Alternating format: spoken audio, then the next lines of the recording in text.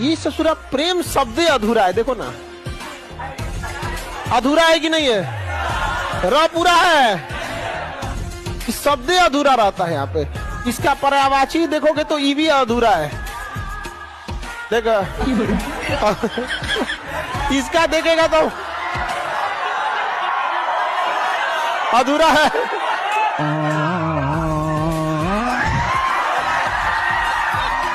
ये शब्द ही अधूरा है, तो जब शब्द ही अधूरा रहेगा तो फिर वो कहां से आप पूरा कर पाएंगे आप।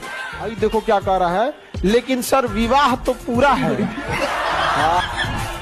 शादी भी पूरा है। विवाह की जगह शब्द ज्यादा रहता, विश्वास होना चाहिए, तो अधूरा है जो हो।